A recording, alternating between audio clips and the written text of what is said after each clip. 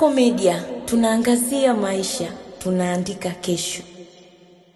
Jeshi la polisi mkoa wa Kigoma linamshikilia mtuhumiwa mmoja mwenye umri wa miaka 46, mkulima na mkazi wa Kamala wilaya ya Kigoma mkoa wa Kigoma kwa tuhuma za mauaji ya mtoto wake aitwaye Salim Nusura mwenye umri wa miaka 12 baada ya kumjeruhi kwa fimbo sehemu mbalimbali za mwili akimwadhibu kwa tuhuma za kuiba fedha kiasi cha shilingi 700,000. Tukio hilo liliripotiwa Oktoba 14, 2025. Upelelezi wa shauri hili unaendelea. Mtuhumiwa atafikishwa mahakamani upelelezi utakapokamilika. Jeshi la polisi mkoa wa Kigoma linatoa wito kwa wazazi na walezi kuacha kutumia njia ya ukatili dhidi ya watoto wanapowahoji watoto wanaokizana na sheria, bali watumie njia ya kisheria au mazungumzo kwa kuwafikisha watoto hao sehemu sahihi ikiwemo ustawi wa jamii au dawati la jinsia na watoto ili wahojiwe kwa mujibu wa sheria. Nikusihi mtazamaji wa Kasako Media, unaweza kutufuatilia kupitia mitandao yetu mbalimbali ya kijamii ambapo Instagram na Facebook ni Kasako Media.